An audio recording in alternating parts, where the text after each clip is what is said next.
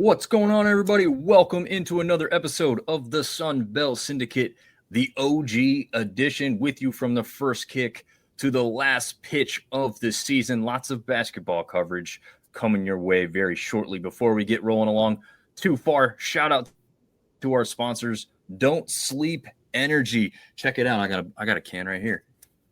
Don't sleep. Go check them out. They got I need to give me a t-shirt like you, bro. I know, right? I'm on the wrong side there. The Nike logo. They have Nike hats, Nike logos, dry fits. So hey, I said it before. I'll say it again. Even if you're not an energy drink person, they've got quality stuff, and the price is right on this stuff too. So if you just like nice, affordable dry fit shirts, I mean, there you go. There's one way to do it. Also, Phenom Elite. That's that P looking logo there. They are at your local Dick's Sporting Goods, football cleats, football gloves, other apparel, and they've got more stuff coming along down the line as well. So that's my side of it. TJ, what's going on in your world today? Not much, man. I got pulled into coaching basketball, so I'll be doing that starting next week, actually. The 29th is first day of practice. So never met these kids, don't know them, never coached basketball ever in my life, but here we go. So other than that, not much. Well, I was just going to ask, is basketball a sport that you were good at when you were growing up, though? I mean, it's a natural thing for you to get into coaching for it? I don't know if I would say good at. I know the fundamentals. I'm decent at it. I mean, I can shoot from the parking lot. I will tell you that. And that's not the brag. I got a jump shot for days. Everything else, though, like I can shoot, I can play defense. That's about it. And I can jump really high. But the handle, all of that other stuff, the drop steps and all the moves and the skills, I can't do all of that. But put me in the corner and I'll shoot the lights out. There we go. little Steph Curry action? Well, let's put things in their proper perspective. Steph Curry. Speaking of Steph Curry, App State was in the conference with them. I'm pretty sure I saw you and the guys go take in the game when Davidson came up the mountain, and we all got to see him play in college in person, right? Yeah, had to get there early. Well, supposedly it got there early. We went around the back when that happened. It was a couple ways of hours. We went in where the basketball players' entrance was, and we kind of went down in the bottom of the convocation center and came up the steps on the player entrance. Probably not what we were supposed to do. However, I was not waiting in that line, which was wrapped around the block and kind of, you know how it goes down River Street? Yep. Like it was towards almost the parking deck. That's how long the line was. I was not waiting in that. That's called football player privilege. I think that's what that's called, TJ. I don't know what it's called, but I was not waiting. Was not waiting. It was a fun time, though. He dropped 30 on us.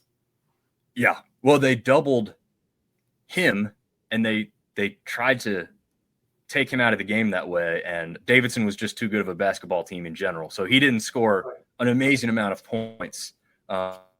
He still found his way, and then Davidson still rolled to a victory. We got there for the tip-off of the women's game to get good seats. We were like one or two rows back. So, yeah, you're right. You had to get there wicked early to get good seats for that one, because one of the few sellouts in basketball in Boone. Although, again, basketball's coming back up now. We got some teams that are filling barns and hopefully have some good outlooks, but lots of question marks coming into Sunbelt basketball because of how many players were taken or left due to graduation. We've got one Sunbelt basketball player that could possibly see the floor tonight in the NBA starting at 10 o'clock Eastern. That's the Phoenix Suns and App State former power forward center, CJ Huntley.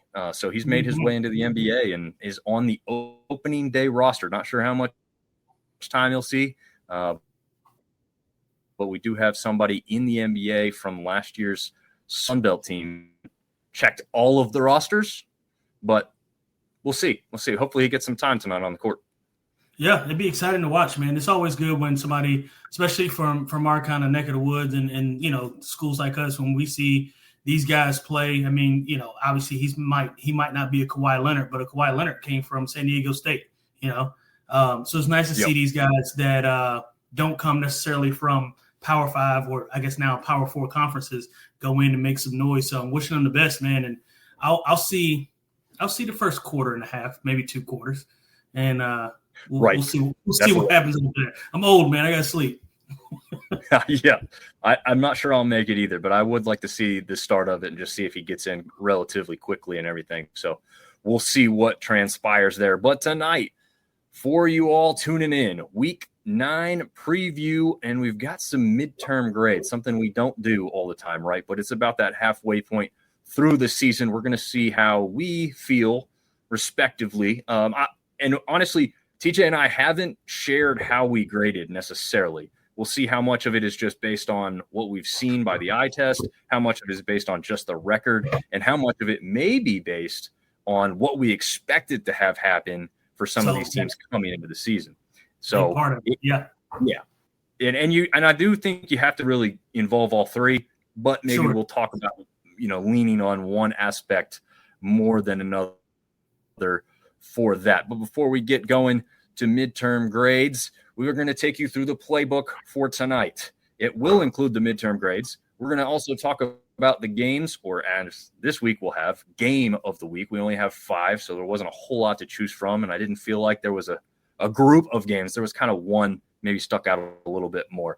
We're going to go through the You Better Win category. These are the teams that we expect or should win going into this weekend's matchups. We'll round it out with all the other matchups in the Sunbelt for this week. We'll get you through our best bets of the weekend, but right now we are going to get you into TJ's clip breakdowns. Actually, that's a lie. We're going to go into some fan mail we had via the audio version of the podcast. We had a Marshall fan from Charleston, West Virginia, write to us, and you guys can all do this via Spotify or Apple Podcasts, wherever you listen to your podcast. You should be able to kind of write to us if you're interested in doing that.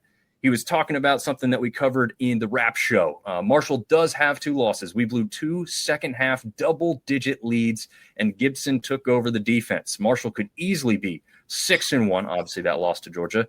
As 2 losses were just 1-score losses, they have their fingers crossed for Marshall Thundering Herd playing the Southern Marshall Golden Turkeys, as he says, in the Sunbelt Conference Championship. Wouldn't that be something? I don't know if we can get by JMU, though. They look tough, and I would have to agree. JMU looks kind of like they've got that front runner stance right now. I'm sure we'll cover that in the midterms. Go ahead, TJ.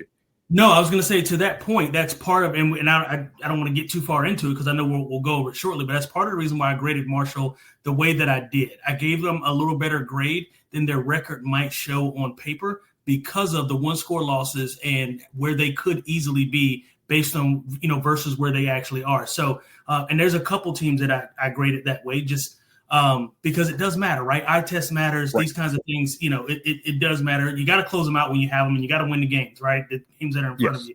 However, there's no such thing as necessarily a good loss, but their losses outside of Georgia, obviously, are not bad losses. So, and we'll get more into that as we go along, but that's just kind of a prelude into how I graded and what I chose my criteria, part of my criteria to be anyway. Gotcha. All right. Yeah, I couldn't agree more. And now we're going to get into, as I always say, my favorite part of what we do here, and this is TJ's clip breakdowns. Unfortunately for us, we only had 2. It was 2 games from last week's slate on national TV. However, we only had 1 over the weekend because the other one was a Tuesday night game.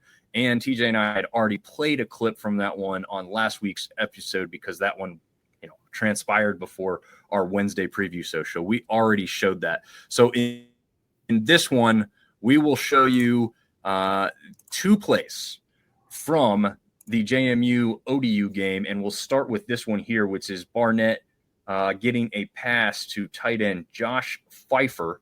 And I don't know if I shared this much with TJ. I think I missed saying this, but this is Josh Pfeiffer's first catch of the season. But I know TJ appreciates this play, how it's run. It's a 3rd and 2. And again, we'll go through fast once, and then we'll slow it down. TJ can break it down for us as we go further.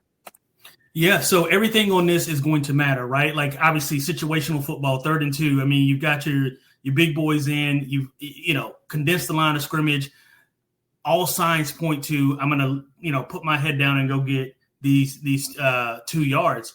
But if you take a look at the linebackers and the safeties, right? That's where I want you to key. That's where I want you to put your eyeballs. Once we bring this back and run it in slow motion, I want you to take a look at the linebacker situation and look at specifically the safety at the top of your screen, right? So you've got your three linebackers. You got, well, I guess that would be technically your corner because he's lined up over the tight end. And watch his eyes. We call this being very nosy. Watch his eyes and how he's looking in the backfield. And by the time that tight end gets to him, he's already beat. It's not even close. It's one of those things where it's a great design. And it's one of those things, too, where you do this enough, you line up in big formations enough, and you run the ball. That's the expectation, right? And you hit them with something that they hadn't yet seen. And also, too, to your point, first catch of the season, that's super unexpected. And so, I mean, he runs right past the safety. And by the time he figures it out, it's too late, and it's just a layup throw. I mean, essentially, you couldn't get out there and hand it to him any better. So great play design, even better execution. But that was one of those things where, again, you got caught looking in the backfield because of the heavy package, and it's really unavoidable. Yeah. I thought that was good. Think you would like that. I don't know how much that was slowing down a lot on my end, but hopefully it was visible for everyone to at least see that. G Will says, I'm a head out. That's our resident ODU fan, so that's why he says that. Don't go anywhere because we have an ODU play coming up now for this one, and just have to jump ahead a little bit and find it in this game. But this was a first half that was completely back and forth, a game that everybody kind of thought was living up to expectation at that point, and unfortunately, it did not, but we will jump into this second play here. This will be Colton Joseph to Trey Brown for a touchdown to take the lead, actually, at this point. And TJ will have you take it from here. Unfortunately for us, this is the part where that massive side of JMU Stadium is shadowing it. So once they get into this look, I think it'll be a little bit clearer, but it is a little bit dark starting out. Trey Brown's going to be the receiver at the top part of your screen. I'm going to let you take it from here, TJ.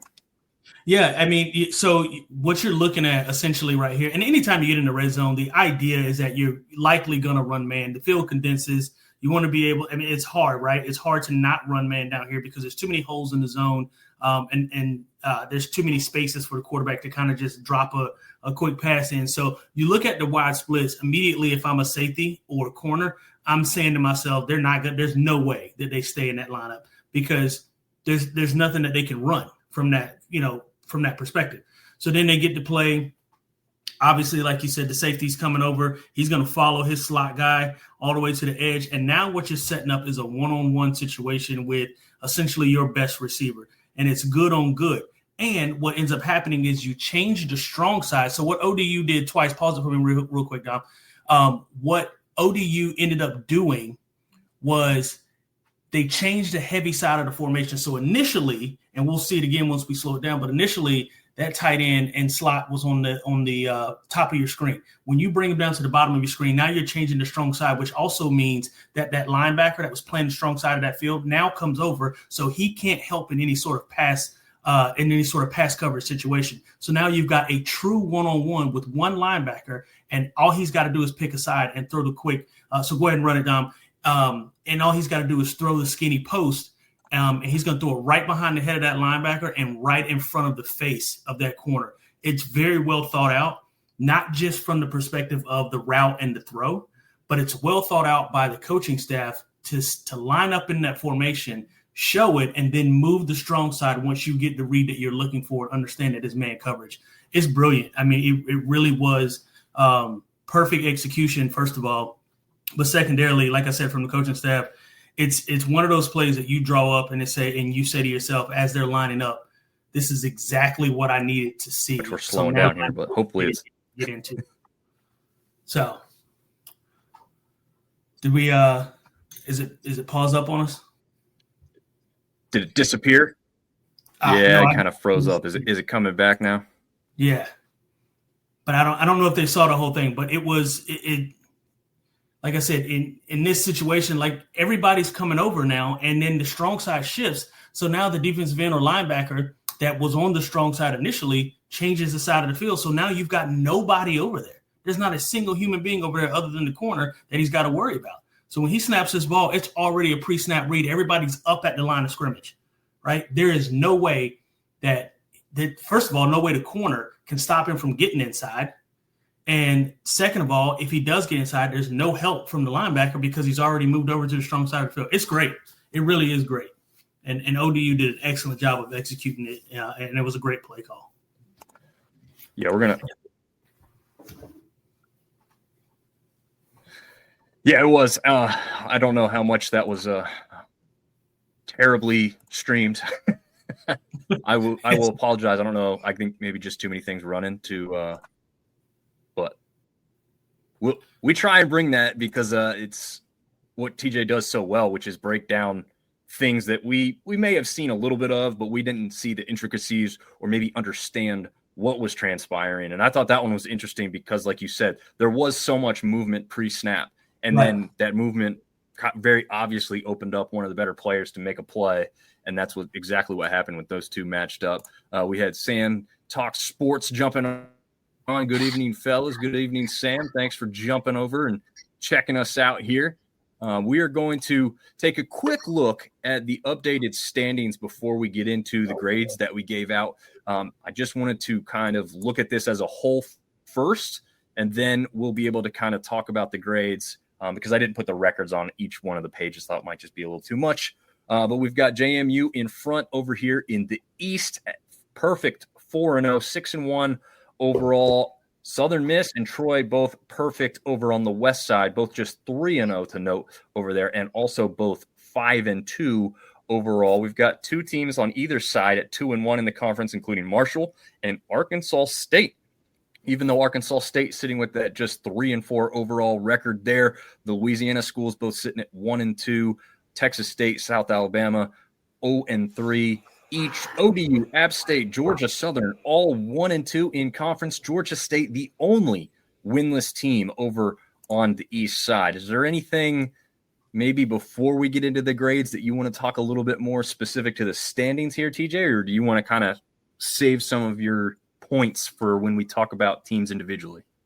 No, I mean, we talked about it, I think, a bit last week. The two surprising teams in the East that are at or near the top, Coastal and Marshall. Not so much as a surprise more than it is, I guess I didn't expect it. I expected ODU, JMU, and potentially App State to kind of be at the top of the conference, at least on the East. But we've got some, new blood. Coastal's been kind of up and down, right? Year in and year out. So it's kind of hard to kind of project where they were going to be.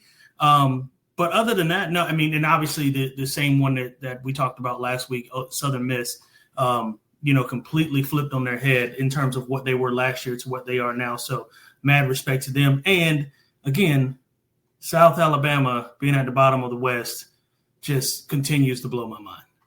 Yeah. I agree with you there. We got Artie jumping in saying, hi, y'all. What's up, Artie?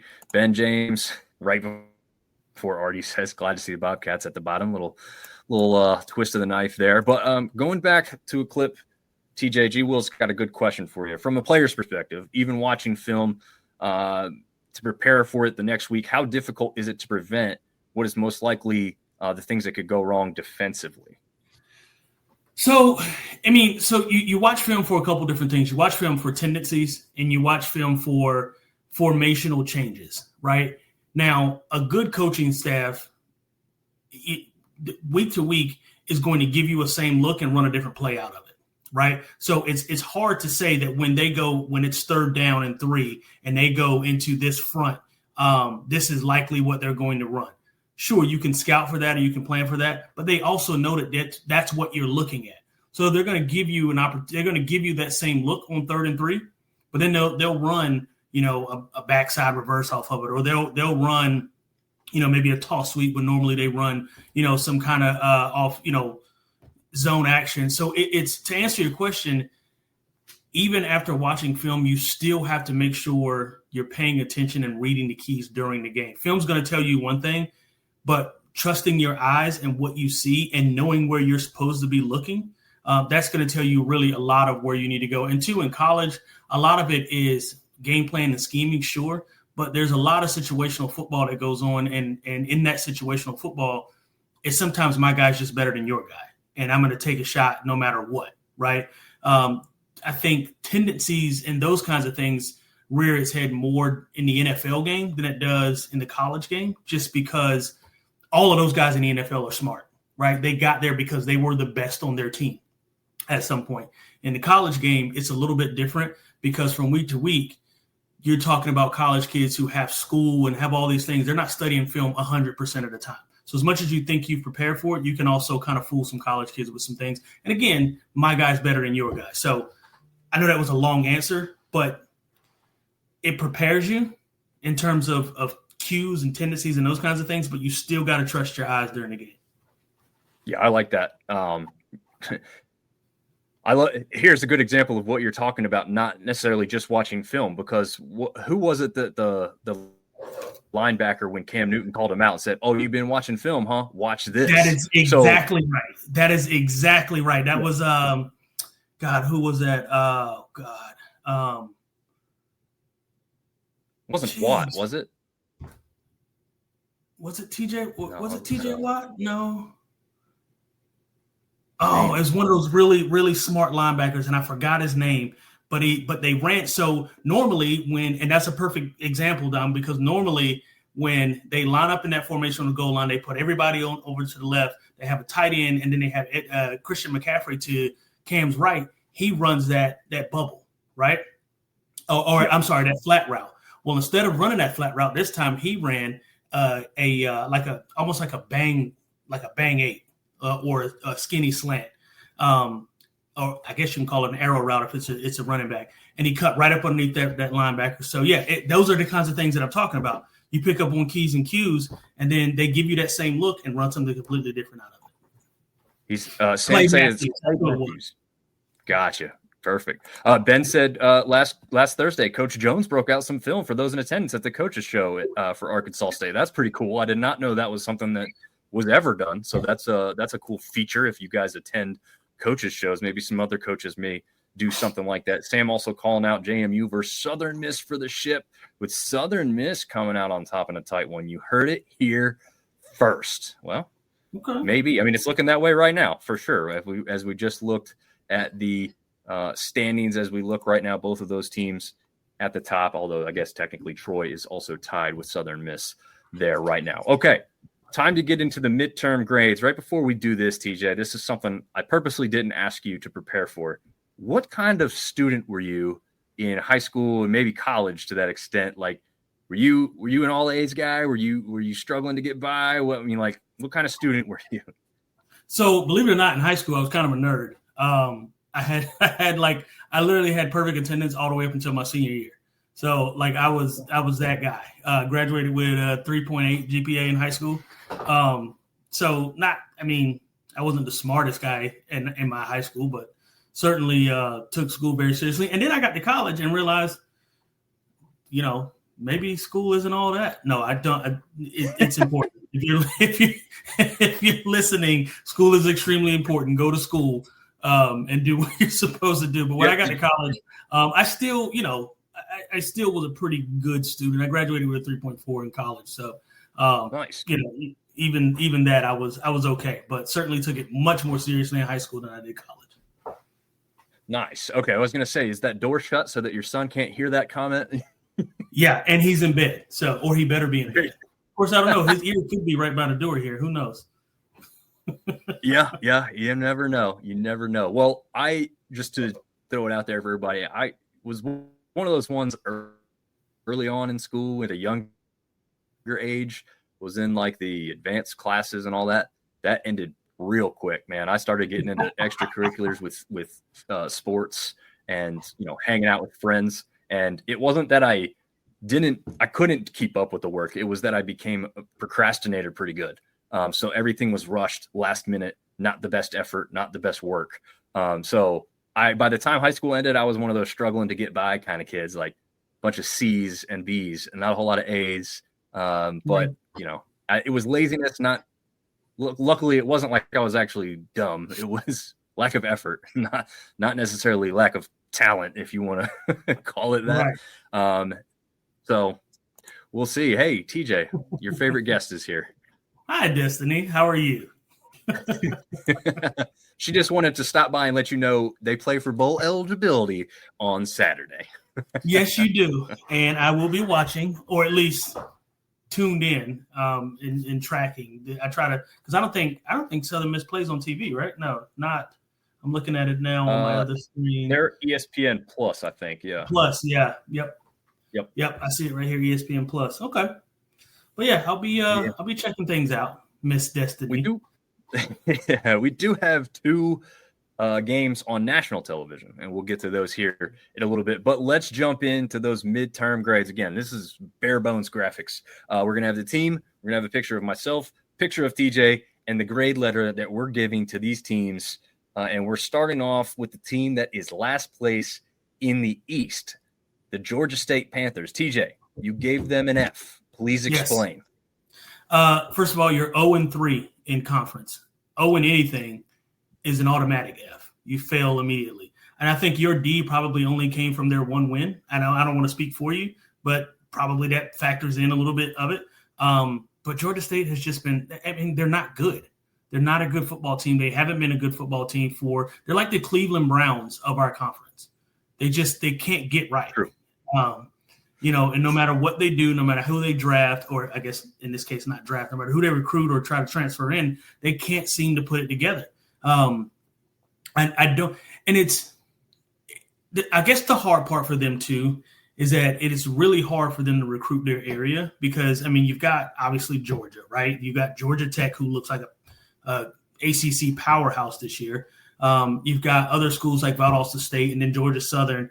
And then there's so many other kind of smaller schools that are in Georgia that are just better that a lot of those Atlanta-based kids aren't going there. They're not going to pick Georgia State. And I get it. I understand it.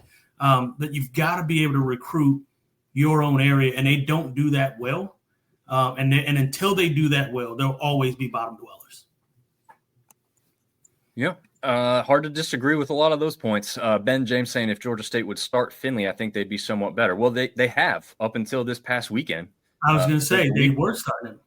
Yeah, they've been starting him. Cameron Brown would come in and spell him. Sometimes they would go back and forth between the two. But Cameron Brown got the start and the entire game, took every snap for them at quarterback against Georgia Southern this past week. It still didn't quite work out. But there's that conversation we've had again yet, TJ, right? Like the young quarterback take his lumps and learn, or do you let Finley try and lead with the veteran leadership and all that? So it looks like they're kind of doing both, and maybe they've finally said we're going to go full bore with the young kid and see what he's got up his sleeve. I will explain my decision for the D. I'm with you. They are 0-3 in conference. They are our version of the Cleveland Browns within this conference. That is a great, mirror image of what we want to describe here. However, we talked before we got into this about the expectations, right? We didn't necessarily expect Georgia State to be at the top. Sure. I also didn't hurt them too badly for having two ranked SEC teams at that on their schedule. Yes, they didn't look good in either of those games, but there also was no expectation of a victory. The game against Memphis, and you're looking at it now, 38-16, well, it was one of their better performances, to be totally honest with you. It wasn't real bad with what Memphis has been able to do, and Memphis looked real good until that loss to UAB this past week. Murray State, FCS team, they were a winless one. They won 37-21. Not overly impressive, but look, they got the job done. They got some guys to play in some spots. They held JMU to a 14-7 game there in Atlanta. Looked like it could be a turning point of the season, and then App State came in, and they've still never beaten them. They lost 41-20, almost the exact same score against Southern this past weekend down there in Statesboro. So, again, not good, not going to grade them high, but just maybe not putting them in quite the F category because they've had some performances that have been better, but they've got to get some kind of bigger victory for them to jump up anywhere from a D. For me, and I could have probably even gone like D-, but tried not to be too harsh on the team that's kind of struggling there. Well, not far up from them, Georgia Southern. And what's funny, I also want to say this too. I asked TJ for these, and he actually gave me his before I completed mine. I completed mine throughout the day today. What I told myself is when he sent them to me and I realized that's what he had sent, I said, I'm not looking at his. I'm going to do this the fairest I can do it. I am not going to match any of his on purpose. Obviously, sometimes we will, but I'm going to do this my own way and see what I come up with compared to his. A lot of them are similar, which is crazy. I mean, obviously, that's us talking through it every week and doing this. So I do want to say that some of these are going to be the same. But this one, I started off with a C for Georgia Southern. And part of that is because the expectations, unlike Georgia State, the expectations for Georgia Southern were much greater coming into the season. So again, didn't take it easy. I didn't give anybody easy grades. The Fresno State loss, kind of surprising. USC loss, obviously more expected.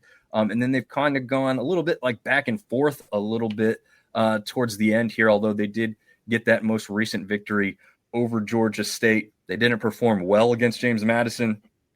They did kind of come back at the end against Southern Miss, but that was a game where they looked out of it early. So, again, I think they kind of are that team that could jump up and win a game, but they're also the one that's like not performing to where they should, right?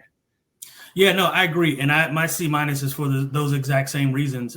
Fresno State, unexpected loss. Like you said, USC, more expected. And USC is actually turning out to be a much better loss than originally anticipated because they weren't ranked and they weren't a good football team as of last year. So, if there is a good loss, that's one of them. That said, though, I had a little bit higher expectations for Georgia Southern. Saying that, though, my C- is they're right where their record says they are, right? I mean, they're kind of in that average spot. They're 3-4 overall, a little bit below average. Not a great loss to Fresno State. And then, like you said, they've been kind of waffling back and forth, not sure who you're going to get. But so I agree with you on a lot of your points that they just didn't live up to what the preseason expectation was. And I try not to have that weigh too much into it because you also have to, meet somebody where they are. And my average is also part of that is you are, and you're going to hear me reference this a lot, what your record says you are. And right now the record says that they're very much an average football team. Yeah, exactly. You just can't put them much other places, right? I mean, we both came up with a C. You have a C-, but yeah, I don't think you can just stick them anywhere else. They're really right there in the middle of the pack as a football team overall right now. Okay, this one's a little bit different, right? A little bit closer to this one we are.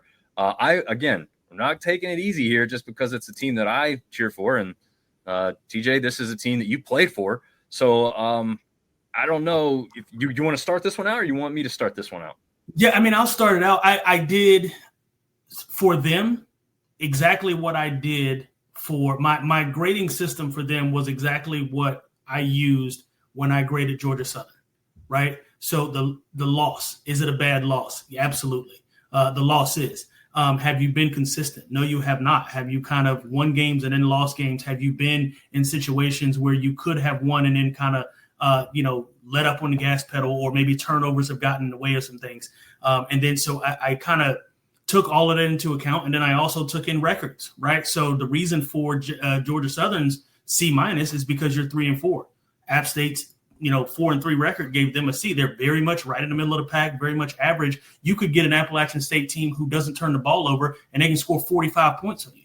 Or you can get an Appalachian State team who runs up and down the field, but throws interceptions inside the red zone. So, and then they score 15 points. So it's a matter of what team you're going to get that week. And that played into my grade of giving them a C. You could argue a C-. I'd say D is a little based on record. I'd say that's a little heavy. But I think if you're basing it on expectations, you could go as low as an F if you wanted to.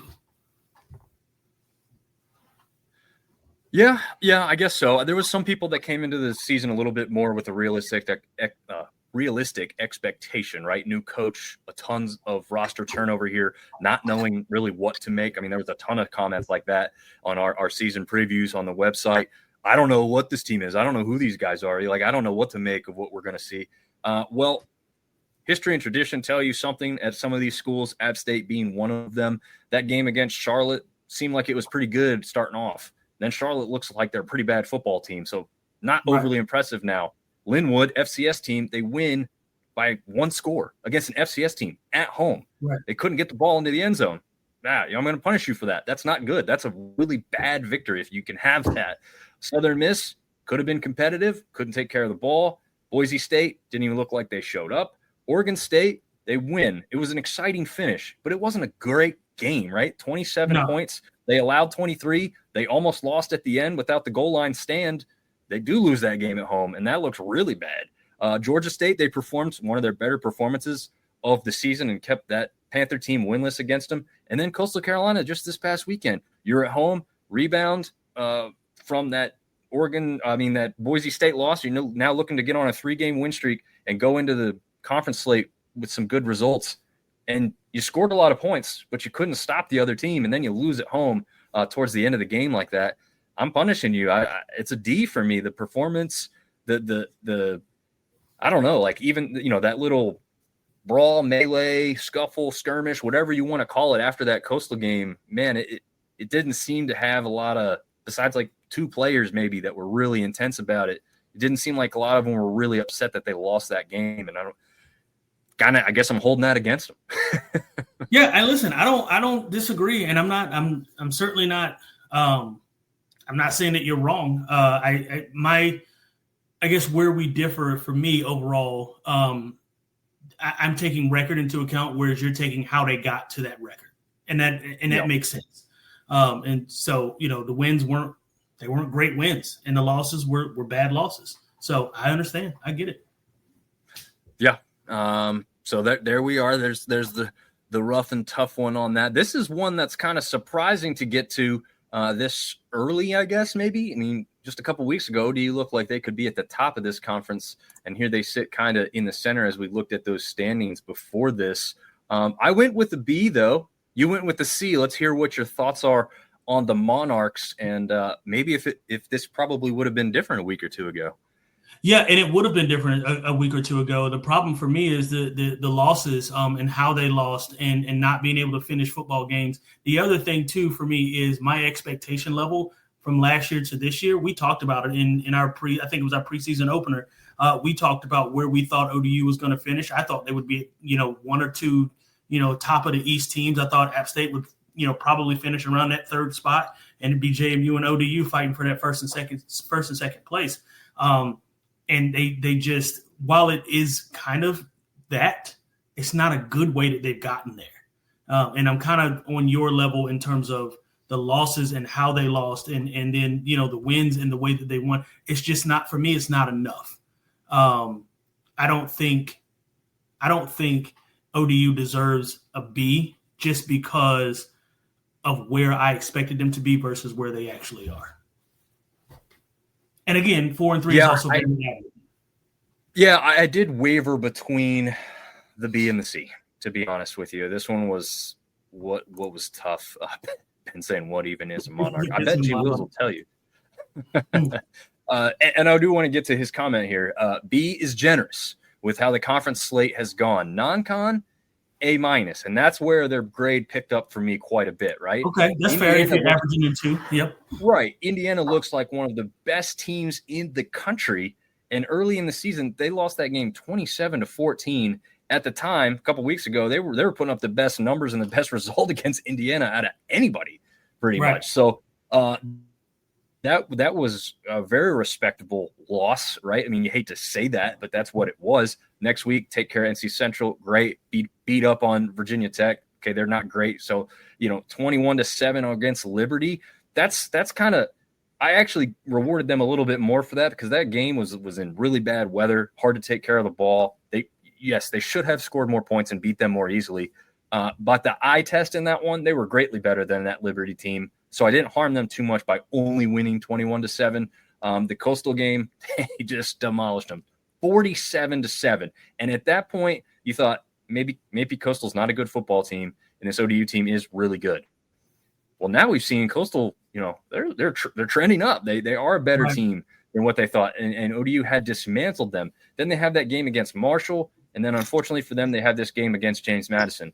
I think where I go with the B is, to me, the only bad loss so far on their schedule to me is Marshall.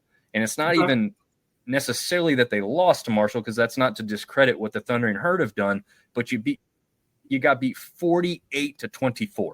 So that one wasn't even close. I know, again, the eye test, yes, like some turnovers made that score worse than maybe it felt when you watched the game, kind of thing. But look, the final score is 48-24. It was never in doubt there towards the end. And so you got to say that one's bad.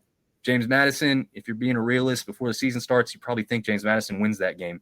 How they won it is the ugly part, and I can see where you go see because of how these last two games have gone. Like that's where I was wavering between the two, but I did want to reward them. I do think they are a very good football team.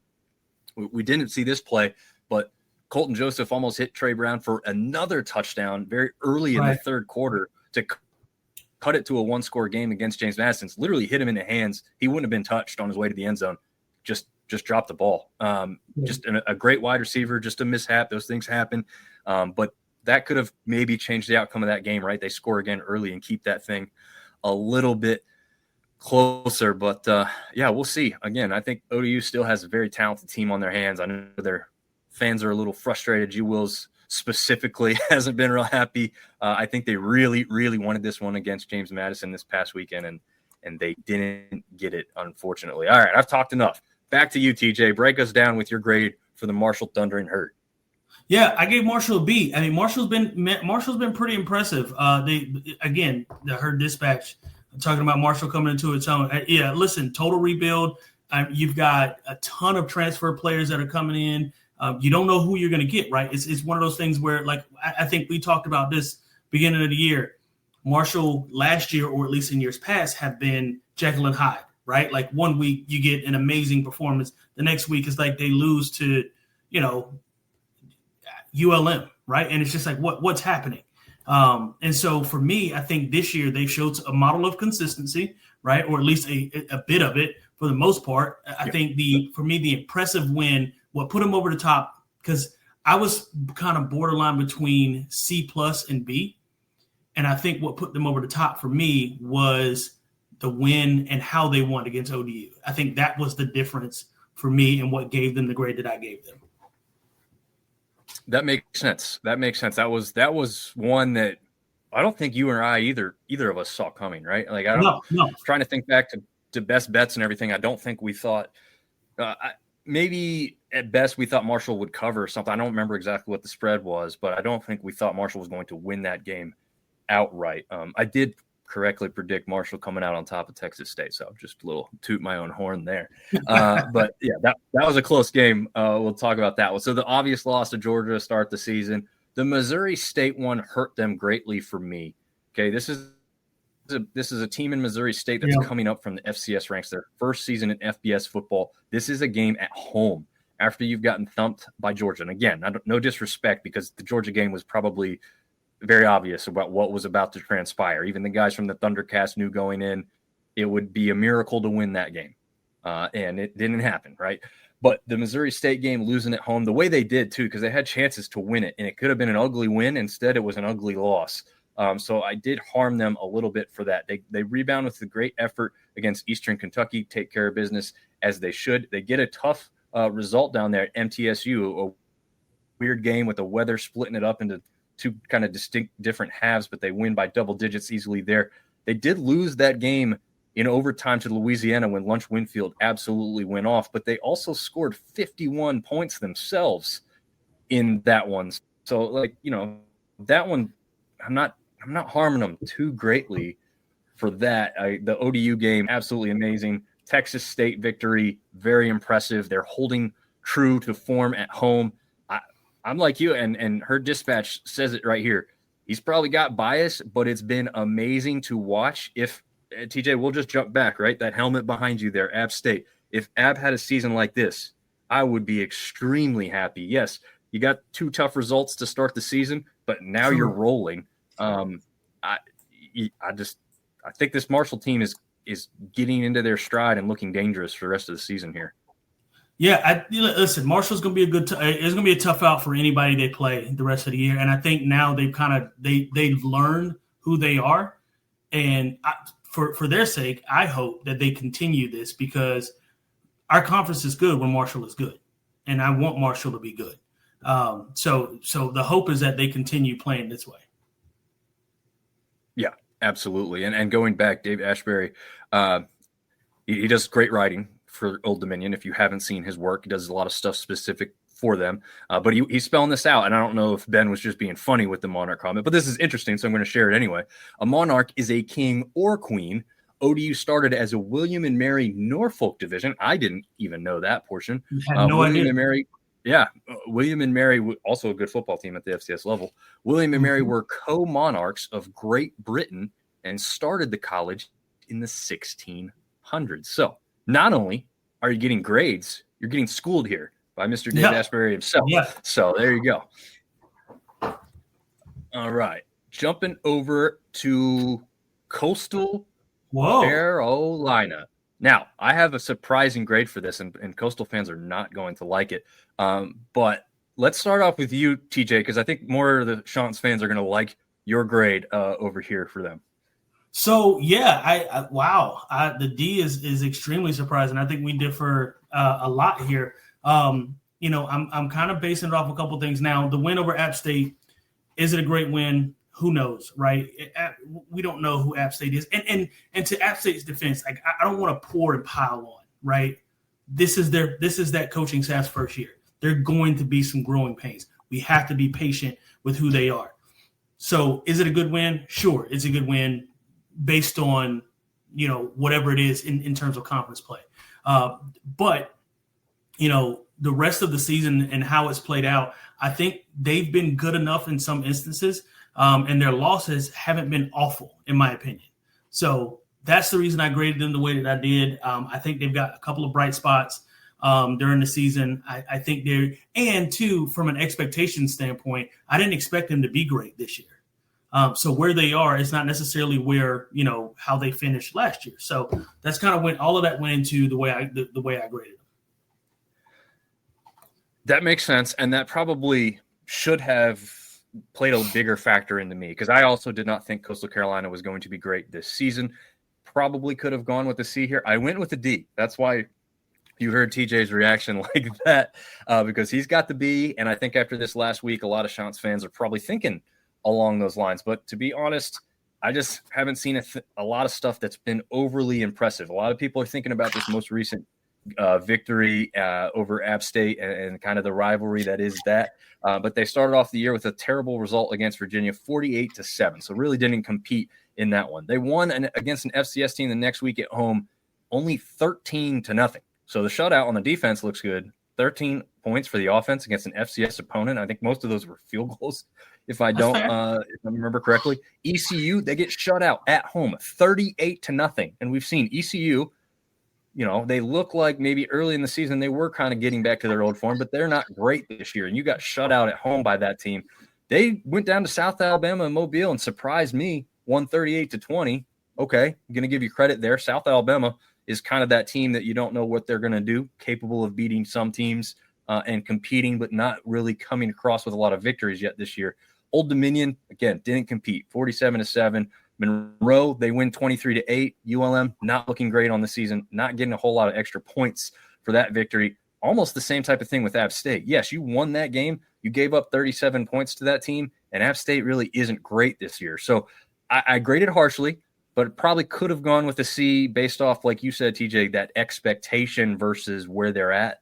They're also sitting at second place in the East. So when you see that D, people probably asking me what the heck I'm thinking about. And Zach is asking me if I'm still salty after last week. No, I did what TJ did. I tried to take any bias out. I had a math equation that I was running, and I know it's not the most official thing, but I put a letter grade scale and a number grade scale together, and then I went through each and every game. That's why I'm kind of explaining it that way on the way through to kind of keep myself fair. And then I took that number and I didn't just stay hard and heavy with that number. There was also some personal stuff that, eye test and all that stuff is gone along with it. I just don't think that Coastal offense is great. We heard people talking about firing Tim Beck before this victory against App State. Does all of that change just because of one victory? To me, it doesn't, right? So to me, that's where I went with the harsh grade letter with the D there. So we'll see. But that's where I went with them. JMU, I don't think this is going to be a surprise for anyone. I've got A- though. TJ, you went with a straight A. Were you any closer to putting in like an A+, or was that A going to be good enough for you? A is going to be good enough for me. A+ to me, A+ means perfect, and they are not that. No team in our conference is perfect, and that's fine, right? I don't expect perfection. JMU is not going to be the same JMU that they were, a couple of years back. Back when they had what's his name, Mr. Google Me, but which, by the way, Indiana looks outstanding. I mean, they look light years ahead of where I thought they were going to be, and kudos to him. And I love his swag. I love his bravado. Anyway, all of that it's right up my alley. But yeah, I mean, it's par for the course for JMU. I mean, they've been consistent. They've been winning, and quite frankly, I don't see them, stopping that trend anytime soon. So that's what led to my A, almost an A+, despite minus the one win. But other than that, yeah, I mean they're flying high. Yeah, I went A-. Sorry, I would have gone A+ if they'd beaten Louisville. Right, that is a pretty good Louisville team. Had they done that on the road early in the season like that, would have been an A+ for me because they haven't lost any other games. Right, I went A- and not an A because they did lose the game to Louisville, but also that ugly win against Georgia State, just 14-7. So there's some discrepancies. The win against Louisiana was better at 24-14. But again, I'm trying to just kind of gauge it. I grading tough, right? That's what I said with Coastal. I graded JMU tough because, again, history and tradition tell you that this team expects to be winless. I mean, undefeated at this point, right? So they've still got a chance to do great things, but I went with an A- just because, again, grading harshly. And I think that they'd respect that because they expect to be up there at the very top. So give us something to work towards. That's what we did there. South Alabama, jumping back over to the other side. F, TJ, you got them down at the very bottom, so F makes sense, right? Go ahead and explain why is that. Listen, they won against Morgan State, and then that's it. Okay, you've lost to everybody. You've lost to Tulane, which Tulane, pretty good team. I'm not gonna. Then they played them tough, 31-32, or excuse me, 31-33. So they played Tulane tough. Tulane's, perennially a really good football team, and so I don't hate you for that. They played tough against Auburn, right? They 31-15, not too bad, right? Not an awful football game, but then you lose by 18 to Coastal, right? You get North Texas almost puts 40 on you. Troy beats you. Troy scores 30. And then Arkansas State, albeit a close game, is still a loss. And I can't for the life of me figure out. And part of this is record. And then the other part of this for me is expectations. Where did I expect you to be? Now, again, you lose your starting quarterback to Bill Belichick. I get it. No. I mean, I understand that part. But it's plug and play, right? And I didn't expect this sort of precipitous drop-off from South Alabama, and it has been, quite honestly, horrendous. Their teams are scoring 30 on them at will. I think actually the only team who did not score 30 on them was Arkansas State. So I just like the fact that you just used the word precipitous. There's the high school nerd coming out, TJ. That is true. But listen, it was bad. It has been bad. It's continuing to be bad. To me, them and Georgia State are kind of right there in the same. Now, again, do I think South Alabama is going to stay there next year? My guess is probably not. But right now, you got to call a spade a spade. Yeah, that'll also be the first and last time the word precipitous is likely used on this podcast because I'm going to have to go define that one after we get off the call here. But yeah, no, I probably, once again, kind of like the Coastal grade, could I have changed this and gone with a D? Probably would have made more sense. what I was doing was rewarding what I've seen via the eye test. Like you said, the only win is against FCS Morgan State. It wasn't even a blowout victory, right? It was 38-21. So, but again, first game of the season, I'm not going to grade too harshly on that single victory there. Tulane, like you said, competed. Auburn competed. Coastal, don't know what happened in that one. Just an awful game for them all the way around. So that was the biggest bad grade that they got from me in this. North Texas, like you said, almost scored 40, but we reviewed that onside kick that wasn't, right? So like That's they fair. were close in that one. They were close in that one, and I also graded not so harshly there because North Texas at that point was an undefeated team, looking pretty good. So I thought the performance was pretty good. The Troy game, that's a loss, not a great one, but Troy's been pretty good, and that's a rivalry game. So again, I didn't grade them too harshly on the loss because it was competitive. Arkansas State, again, a loss, not good, but again, competitive. They were up going into the fourth quarter by 12 points. Arkansas State came back and scored all their other points late in that fourth quarter to win that one. So to me, it's probably a very I don't know how to say it, but it's maybe a lofty C. Like they're not really there, but they could be because they have been. I don't think this is one of those teams I think a lot of people are going to see on the schedule and say 1-6, we're going to wipe the floor with them. But that's kind of where I'm getting the C from is like, I don't think that's what this team is when you go and compete against them on the field on any given night. But we've got Sam talking some junk.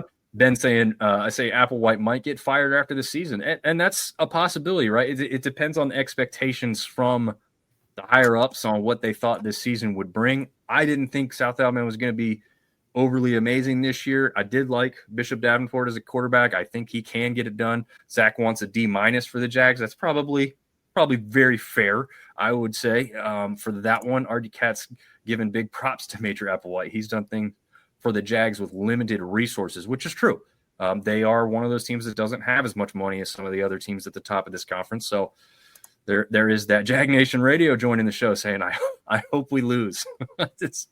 They've got the game Thursday coming up that we'll talk about against Georgia State, so we'll see if they do lose in that one. Unfortunately, it's not like the NFL. You don't lose and get the highest draft pick anymore, right? Like that would be a decent reason to lose. But speaking of losing, Artie's favorite team has been doing a good bit of that lately. I've got Texas State with a C-. TJ, you've got them with a D. What are we thinking with Bobcats? Yeah, it's for me, the D came from lack of defense. They have been letting teams score almost at will. I mean, I'm looking at it right now. Eastern Michigan put up 27, respectable, not terrible. Then UTSA scores 36 on them. They win, right?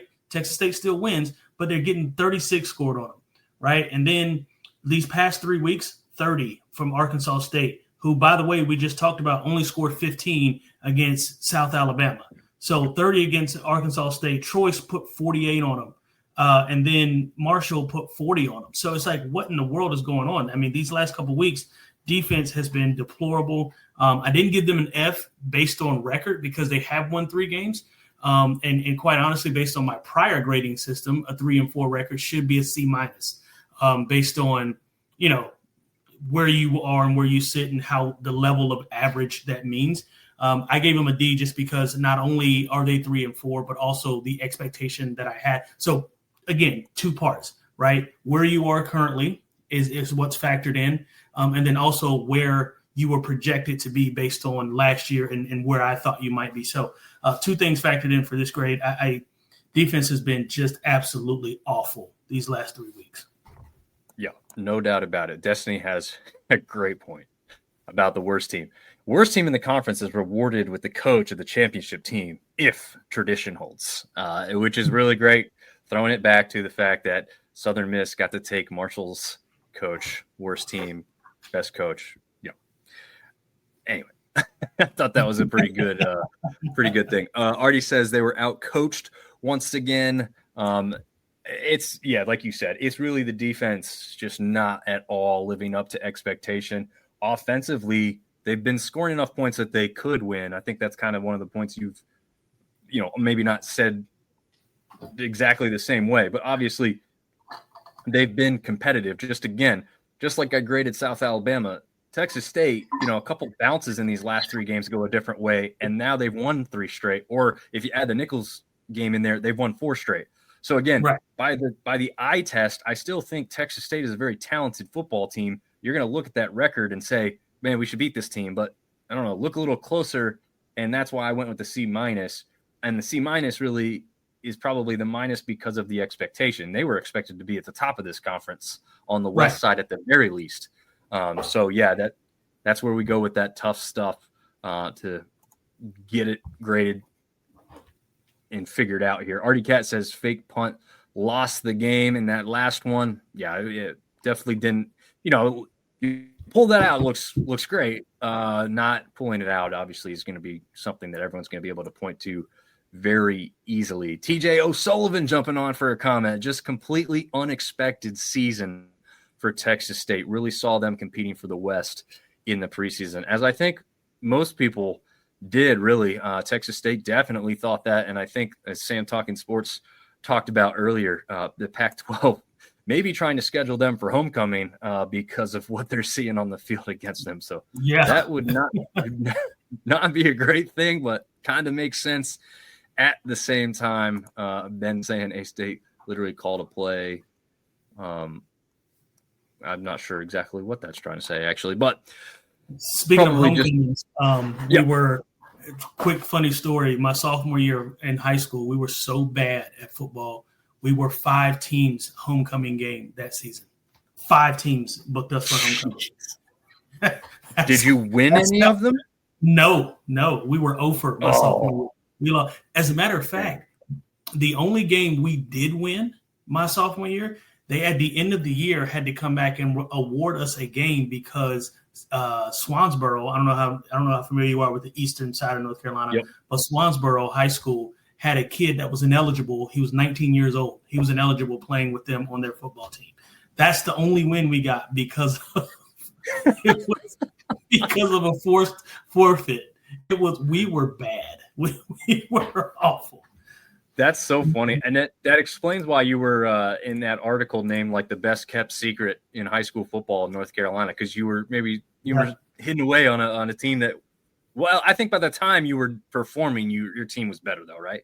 Right, yeah. When that article came out, it was based on the year prior. The article was based on my junior year, which we weren't good then. I think we only won like 4 games my junior year.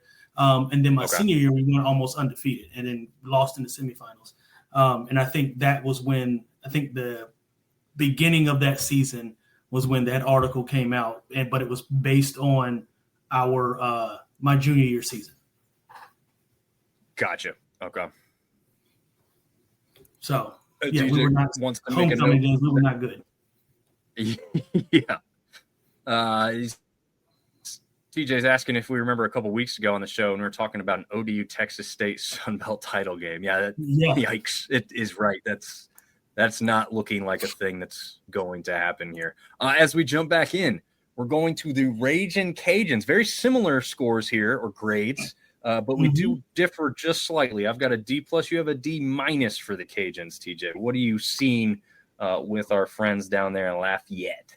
Yeah. So for me, it's not so much the losses.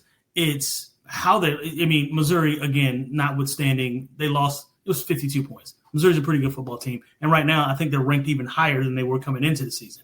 They lost to Rice. It was barely lost, and they beat McNeese State. Who cares? And then after that, Eastern Michigan, who, for all intents and purposes, can score the football, right? But they scored 31 points. They went against Marshall, but Marshall scores 51.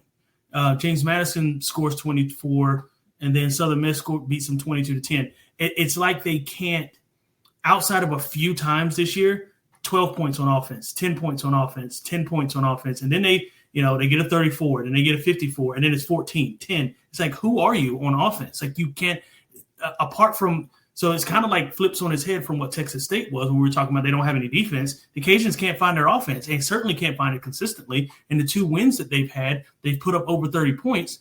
But everything else has been, not even in the 20s. And it's like, what is going on? Yeah.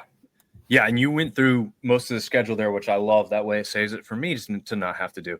But my other aspect of this, and I'm sure it was for you too, is expectation, right?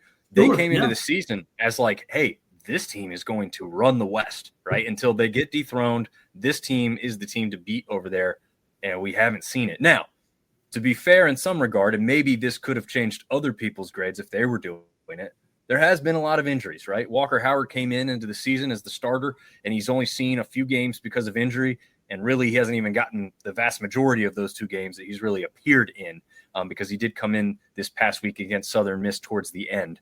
I think he was like 2 for 4 with an interception, no touchdowns, very few yardage because he didn't get a ton of time there. But he came in to spell Lunch because Lunch wasn't having a great game in this one against Southern Miss. But also credit to Southern Miss's defense because that's not an easy one to get by. D+, yeah, I mean, as much as I hate to say it because they're both losses, I still think they did compete with the health of the team and the fact they don't have their true number one that they started the season off with against 2 teams that are literally at the top of the conference right now, again in JMU and Southern Miss. So, you know, I still think this Cajun team is dangerous. But right now, with expectation, only 2 wins on the year, I had to go D+, and I don't totally disagree at all with TJ going all the way to D- on this one right here. TJ O'Sullivan jumping in. I want to give Cajuns a break because they lose QB1 again. Yep. Sampson, who will return this week. Sampson is the transfer from LSU, so they will get back their number 1 wide receiver, at least on paper. 2 of the highest sunbelt conference transfers as those 2 were coming in. With both them on the field, they lost to Rice to open the year. And again, Walker Howard did not complete that full game. So it's just kind of weird that what has transpired with the Cajuns on the field, and we'll see how that continues for them. And Lunch was getting his lunch. I thought about saying that, but then I was like, nah, I'm not going to do it. Failure to lunch. Oh, he's got all the puns. I was so going to go there, but I was like, nah, not the dad. I'm not going to do the dad thing tonight. I'm glad somebody did it though. Not going to do the dad jokes. Well, we've got Sam to do them for us. We'll now jump into the other Louisiana team. And right now it's still other because until next season, at the very least, maybe 2 seasons from now, that 3rd team in La Tech jumps in. But right now, just 2 teams remain in Louisiana for the Sun Belt. We both came up with the exact same score here, C-. I don't think anything crazy here, right? I mean, had some ones that were known. Yeah, no, I mean, listen, St. Francis, whatever, right? But their 2 wins, UTEP and Arkansas State, were fairly impressive wins. They lost to Northwestern. They lost to Coastal, lost to Troy, and I'm not even talking about Alabama. They haven't had. It's not been like the teams they lost to are good teams, right? Northwestern's, right. Big Ten team. They lost to Alabama, Big Ten team. Okay, fine. But Coastal and Troy, good football teams, right? Really good football teams. So those I threw. The P5 or P4, I keep wanting to say P5. The P4, I threw those losses out, and then I strictly graded them on the rest of how. And if you take those losses out, it's a winning record, right? Now, again, you can't take those losses out, and when you talk about rankings and all those things, that's what gave me the C-. I think that they are a team that's on the way up. They're just not ready yet. Yeah, and I think they were kind of there last year, but maybe people thought they might kind of take that next step this year. And obviously, like you just kind of said, they just haven't really done that. They kind of got those victories maybe they should have had. And UTEP and Arkansas State, definitely their best 2 victories. St. Francis was a shutout early in the season, but not necessarily surprising the FCS opponent like that. The one that surprises me probably the most is the Coastal loss, 23-8.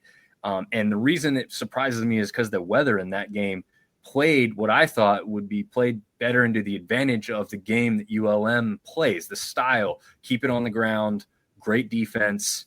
Go ahead and not let us throw the ball. We're fine with that at ULM. Right. We'll just run it down your throats, control the clock, and we'll stop you on defense. So that Coastal game was, to me, the most surprising. But again, that's maybe where Coastal's jumping up, and maybe it was a little harsh on the grade there. But we both have C- there for ULM at this point. Artie Cat saying, watch Locked On Sunbelt for Dave's interview with ULM ex-athletic director. Yeah, I watched a little bit of that. I didn't get to finish it today, but it did look like it was going to be a pretty good interview. Definitely want to hear his thoughts on leaving ULM. TJ's very happy that we talk so highly about his shots, but I have no clue how this is happening in Conway right now. Yeah, you missed my grade earlier, TJ, because that was a D for you guys. Yeah, so I still went harsh. I understand where you got that from, but just so you're aware, I gave him a B. It's not coastal hate. It's not coastal hate. We were jump on the coastal bandwagon all summer with the baseball, so it's not the hate. It's just being tough with the grades here, which maybe I wasn't harsh enough at all with Arkansas State. I gave them a B-. You went with a C. Explain your thoughts on the Red Wolves. Yeah, again, Iowa State lost, not too bad. But and Arkansas, again, those two thrown out, right? Because who they are, the teams they represent. Like Arkansas State is just not better yet, or good enough to sort of withstand those. Then they beat South Alabama, which turns out to not be a great win, but a win is a win. They beat Texas State. They scored 30 points. The losses that they have now, Kennesaw State, I've been watching Kennesaw State a little bit this year. Kennesaw State actually looks like a really decent football. Are they world beaters? No. But they are a really good football team, and they've got a really strong offense. Is it a loss? Yes. Is there such thing as a good loss? Who knows? Depends on who you ask, I guess. But if there is one, that's probably one of the ones that I would say was a good loss. The one bad loss that they have for me, and I don't even know if you can count this as a bad loss, is Monroe, right? And that's only because ULM isn't the team that they want to be yet, but they're getting there. And we just gave them, I think I gave them what did I give ULM? A C-. C-. So I gave ULM a C-. Gave Arkansas State a C. I think they're both right in that mix in terms of teams that are just sitting at average and just waiting for that spark to be better. Yeah, no, I agree with you. The reason I probably went B- here is I see, again, the eye test sometimes has led me to think that this team could be better than their record shows. I didn't harm them too much for losing against Arkansas or Iowa State. Coming into the season, didn't necessarily expect them to win either one of those games. The only hope was Iowa State at home, right? And that did end up being a very close game. So again, they have the potential to get some big victories here. Kennesaw State, we know where that quarterback came from, transfer from Georgia Southern last year. So we know what he's capable of. That was a tough one to lose on the road, just a one-score game there. And now they're trending upward again. They beat Texas State. They beat South Alabama. South Alabama was kind of an ugly victory if you go back and look at it. But, yeah, I think this team has got the pieces to be pretty good. And I think they have kind of the schedule that lays out the rest of the way. That obviously wasn't a thought process in the grade. But if you look at who they've got left, they got a down Georgia Southern team. They got Troy at Troy, which is going to be their toughest, possibly their toughest one if you give a little bit of extra credence to the fact that there's a team playing at home, because they do get Southern Miss at home in Jonesboro. So, that's not necessarily easy 2-game stretch there, but at least they get one of the two at home. They play Louisiana, who looks a little bit down, and they play at App State to finish the year, who also looks a little bit down. So, again, the grade doesn't go in with the rest of the schedule, but I think this B- might look closer, or in TJ maybe go just like a C+ or a B- if they get through more of this schedule like they could. Yeah, but, I agree. And Ben is saying the slow start hurt them, and that's certainly a good aspect to that. And Artie's saying the logo is a loss. It's time to remake it. Yeah, that's definitely something there. I actually kind of like that logo, but I could see why people maybe don't like it. It's very plain. Yeah, it is. It is a little bit that I'm confused about, like the part that from the eye that goes out. Like, what is that part about? Right. But Mr. O'Sullivan would like to cancel me because I gave App and Coastal a D. Well, I mean that game was almost an overtime game. It came down to the last play. So those two teams are equal. They both got Ds. It's fair. Yeah. Sure. I disagree. Yeah. DJ wants to know if it was the flag planting. No, but that was a fun thing. I thought I had fun with that all week. We got a lot of views on that thing. A lot of people didn't think it was a brawl, but I don't really know how else you explain that. So, yeah, we'll see. All right, going back into this. Troy, I've got B+, you've got A-. Thoughts on the Trojans? You're really impressed with them so far this year.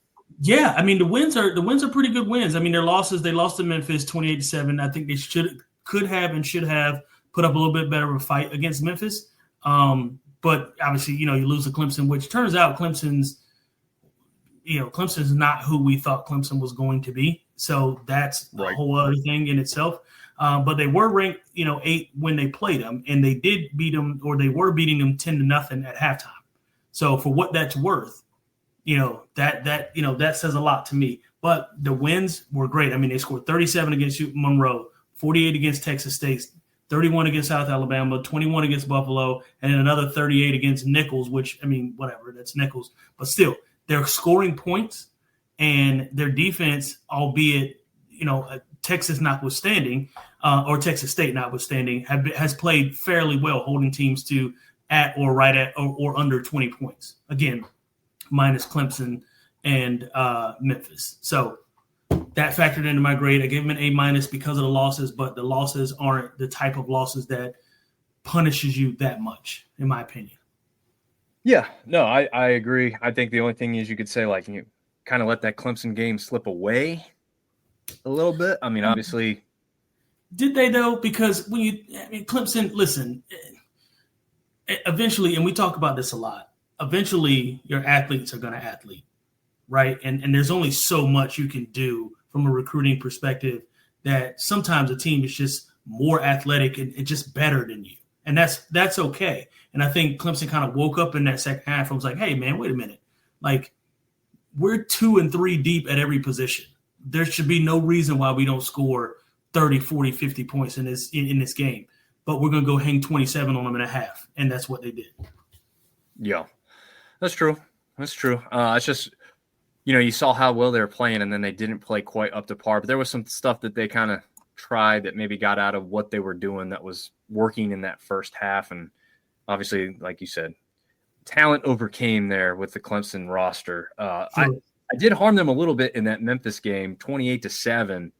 They just really got run all over with that running quarterback from Memphis in a game when you just had a real great shot at beating a team like Clemson, and then you return home. Didn't they lose their quarterback? They did. They did. And that's what I thought. Who was it? Warren did make that.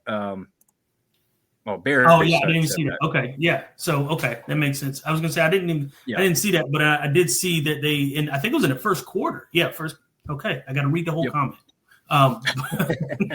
Yeah, first quarter they lost their quarterback.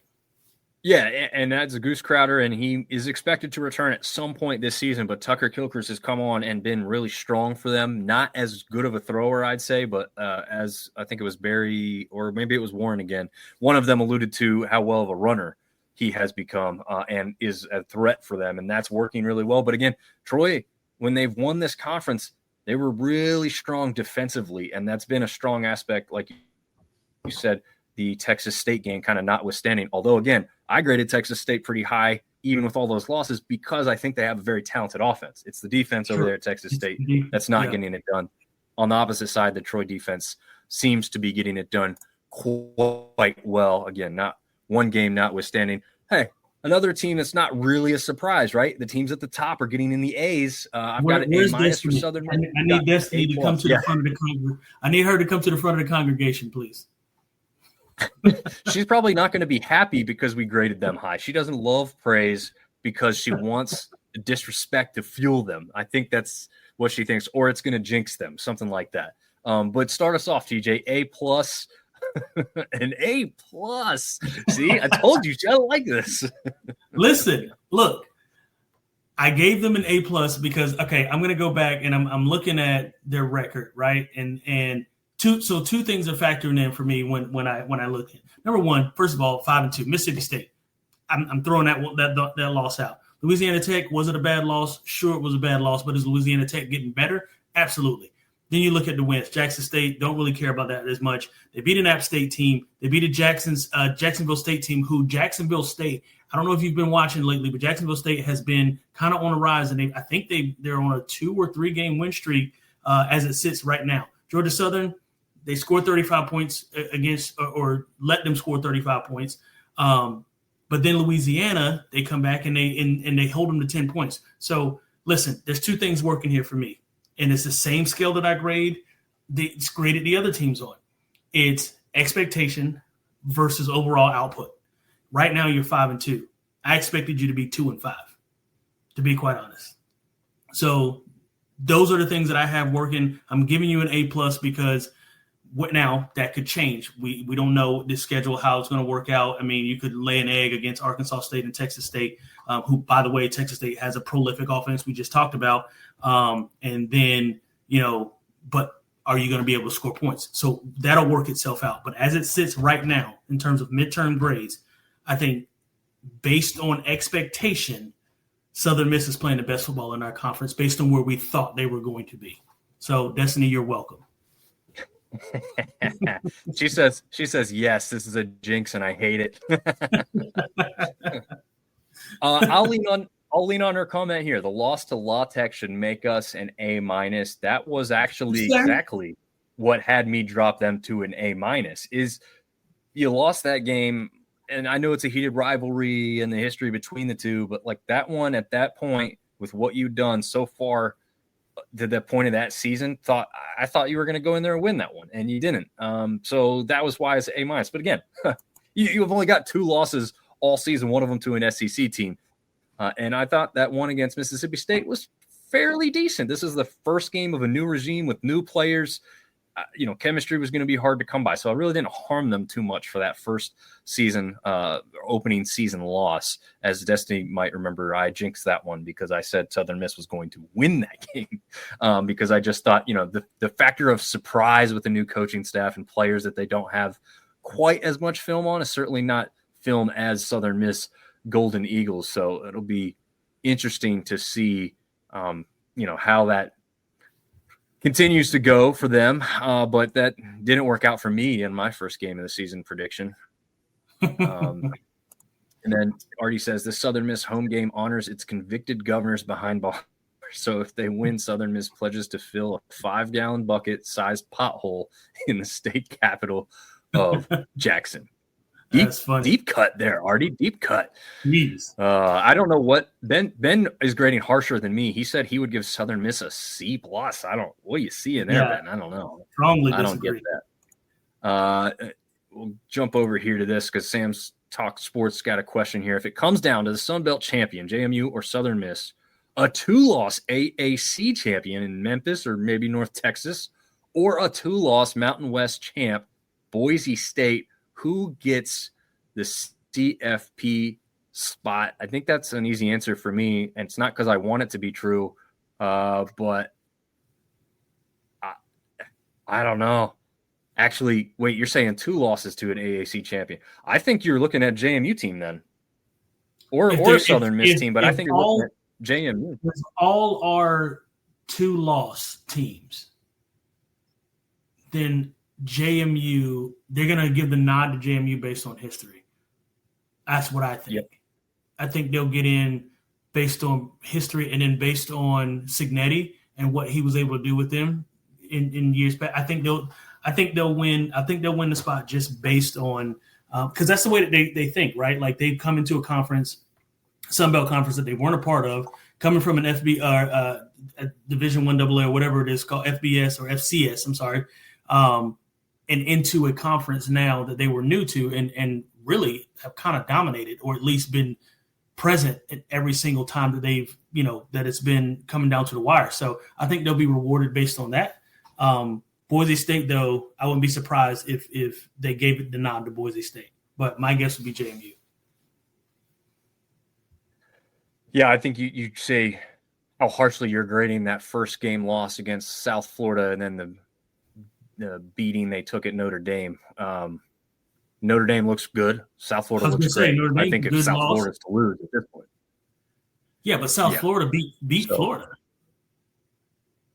South Florida beat Florida, right? And then they lost to Miami, I think is the team that they lost to. Right. Well, and here, Miami's let me put that back up here.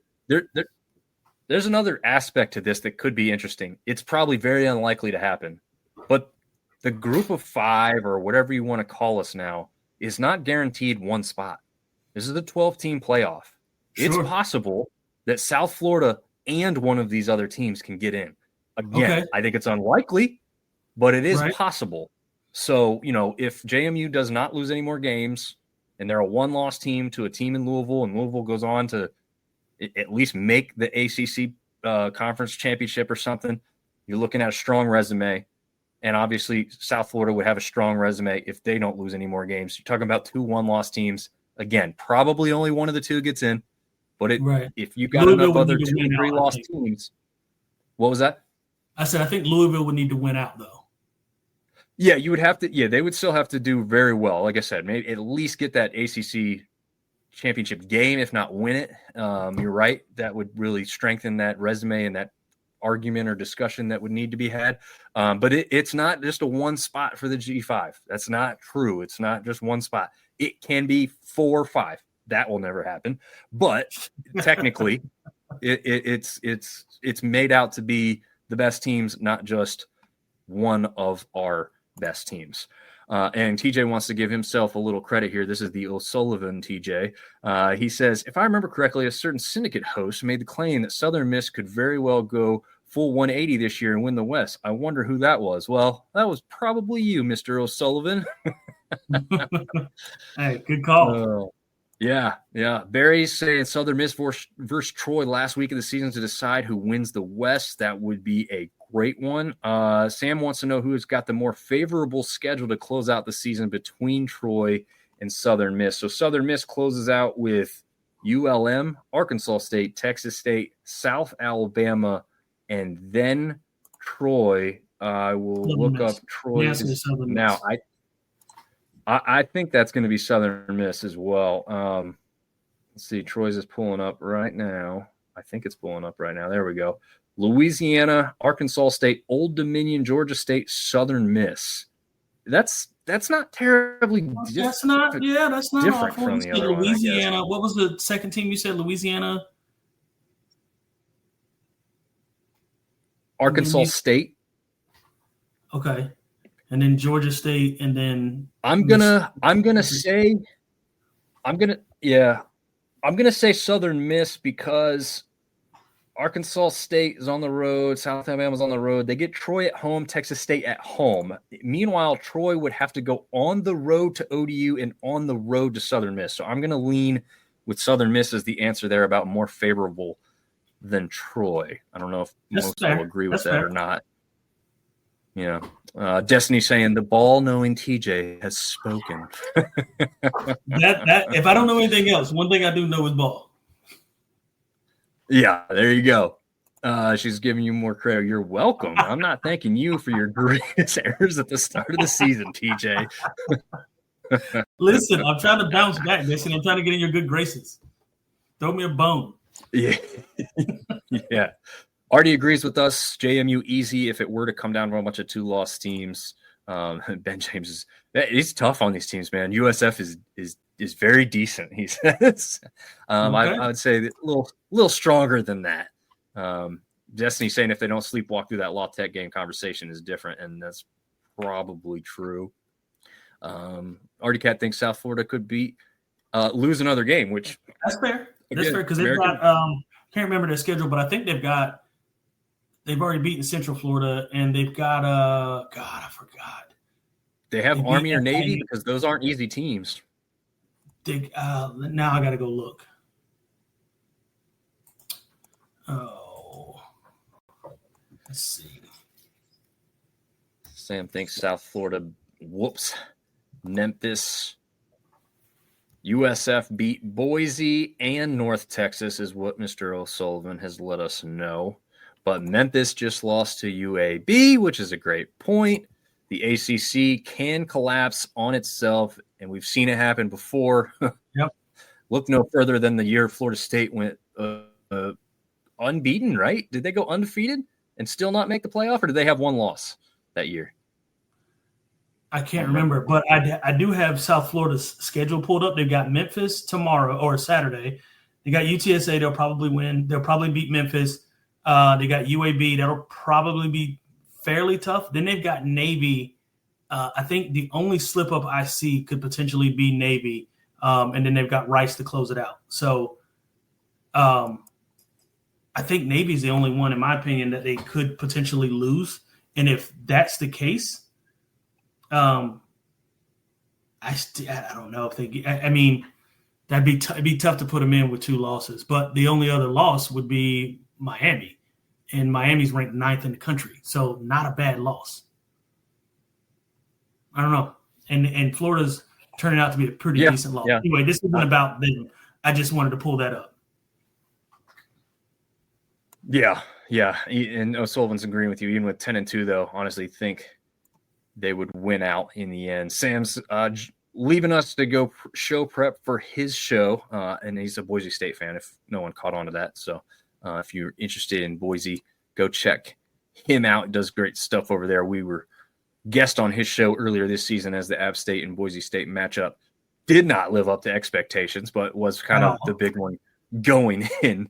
Barry says he'd put his money on Tulane making the playoff, which is definitely up there for consideration as well. All right, but we want to get back in around this out. We're going to go through it fast. Games of the week. I have one for us here. It's not even the strongest matchup of all time, but Georgia Southern is traveling to Jonesboro to play Arkansas State. The all-time series in this one helped me decide that this was the game of the week, as it's tied 3 games to 3 games. So a little bit more background there on why I've picked this one as the game of the week.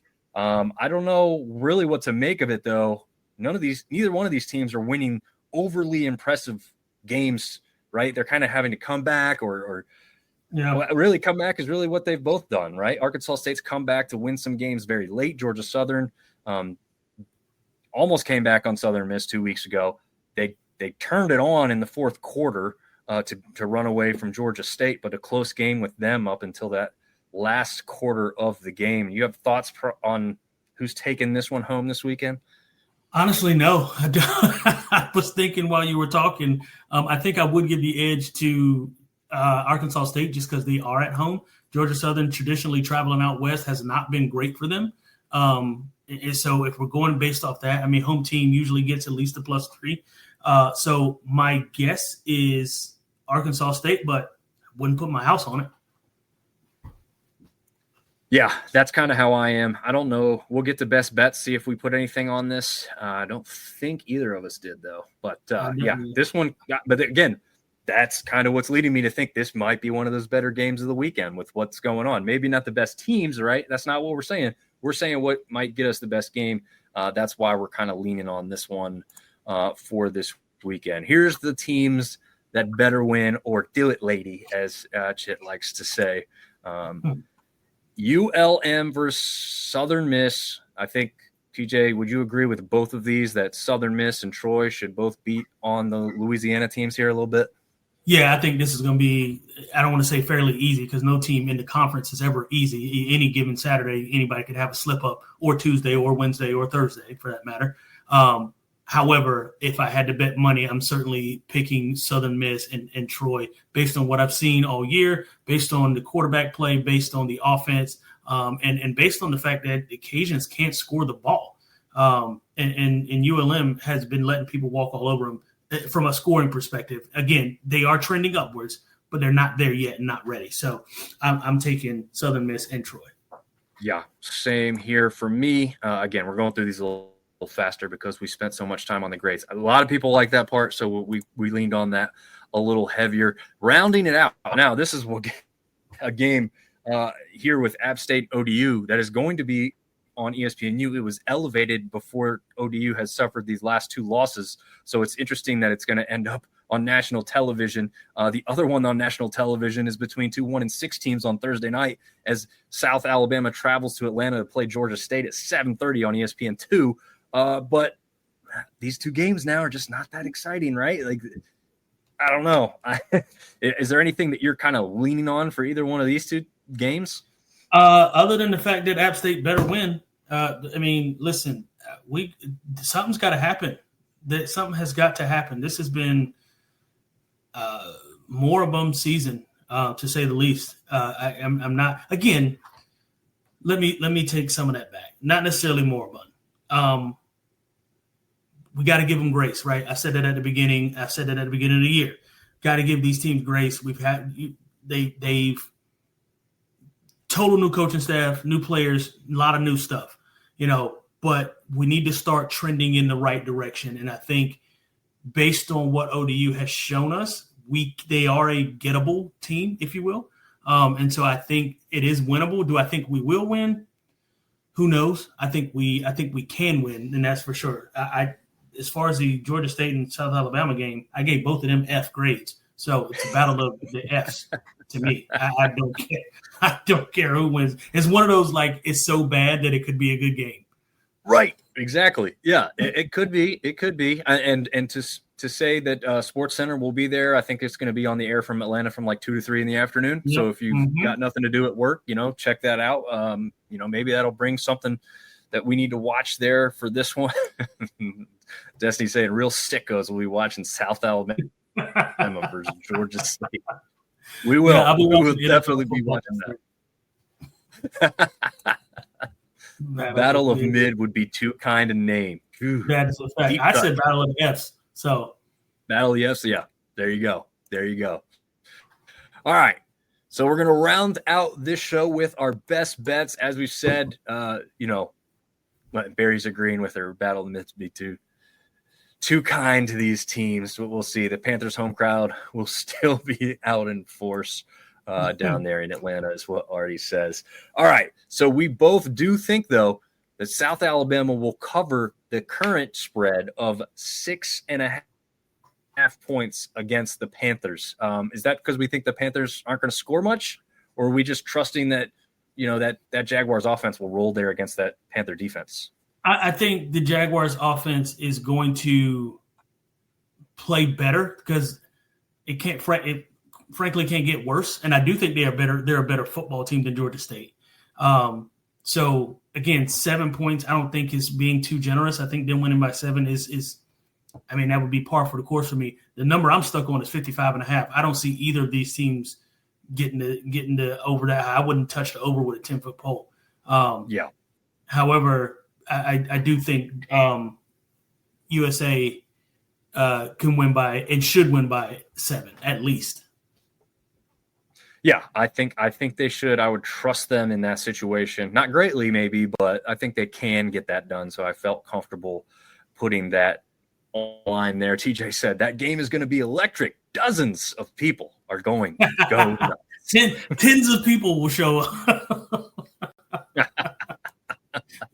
G. Wills wants to know if I'm making the trip for the lovely homecoming game between ODU and App State. That's the next one on our docket. Unfortunately, I am not. I am coaching my son's hockey team. He has games on the other side of the state in Winston-Salem starting at 8:30 a.m. So I probably won't even be back in time for that game to start, since that's a noon start on ESPNU.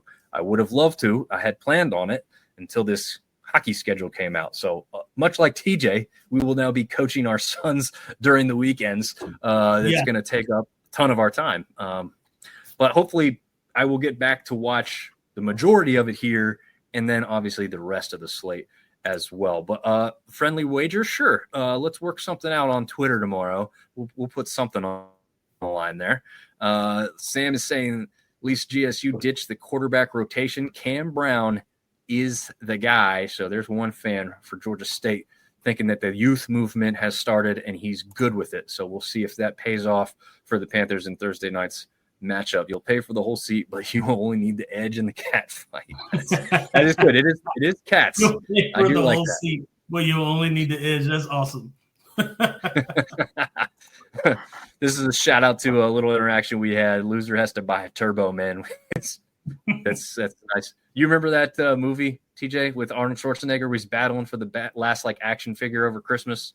Turbo Man. Do remember it vaguely though. Like I don't remember every part, but yes, vaguely. Nice. Yeah, it's a classic Arnold movie, as they almost all are. David Ashbury saying he'll actually be in Winston-Salem for a law school 10-year reunion. Also be missing the ODU app. Well, I'll probably hit you up. I don't know if you're going to be there at the exact same time. I'll be on the ice rink, but it'd be cool to meet up if we could watch the game out that way. Neil wants app to wake the heck up. Yeah, I think a lot of people are asking for that. The over-under number is the amount of fans in the stands, not the score. That's good. That's good. All right. You did take app versus the spread, because that spread against ODU is 14.5 points.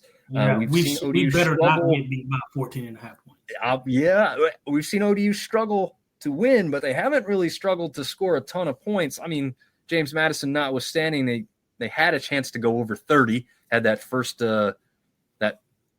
pass or two. I think it was second or third pass of that third quarter where he hit Trey Brown in stride and could have put them over the 30-point mark. But then obviously JMU put up 60 plus. But you like them against the spread for App State in this one against the Monarchs over there in Norfolk, huh? Yeah, I just don't. I just think 15 points is entirely too many. We get beat by 15 points. I'm not watching any more Appalachian State games the rest of the year, other than November 22nd, which is the one I have to be at. Apart from that, I will not be watching any other games from App State if we lose by more than 15 points. So, but yeah, like you said, I'm banging the under or not under App versus the spread. I'm banging that hard just because I think I'm not saying we're going to win, but losing by 15 would just be a monstrosity. And I'm not prepared. My heart can't take that. The reason I didn't touch that one is I think ODU's pissed, and I don't think I want them at home for homecoming. Like I could see it. I would be very disappointed, but I could see it. So I'll just say it that way. That's why I didn't touch that one specifically. But we both felt comfortable enough to take Southern Miss minus 10.5 points at home versus the Warhawks. I mean, this is just a good team versus a not so good team, right? Is that kind of the basic of our thought process on that one? Yeah, I just think, I mean, quite honestly, I think 10.5 points is generous for ULM. I think they beat them by like 3 scores, quite honestly. Yeah, I mean, I think the same thing. Like, you just saw what they did against Louisiana. I don't know if ULM is any better than the Cajuns. They might be on par, and they just beat them by 12. So, I mean, 10.5, yeah, I think so, for sure. Sam wants to know our favorite dog of the week. Oof, I don't know. Well, I'll think about that while we go through the rest of them. Over under 78.5 rushing yards for Colton Joseph. Well, if Collier's any way to lean on for Coastal Carolina, what he did against App's defense, Colton Joseph will go well over 100 yards against this App State defense. But we'll see if that comes true. TJ has become the biggest Southern Miss fan. How the turntables. Destiny, I'm not jinxing you. I'm just saying, all I'm saying is your team is good and you guys have been doing it. And so I gotta give credit and props where it's due. Yeah, they definitely have. G Wills wants to over on the 62.5 points in ODU and App. I believe that's the one he's talking about.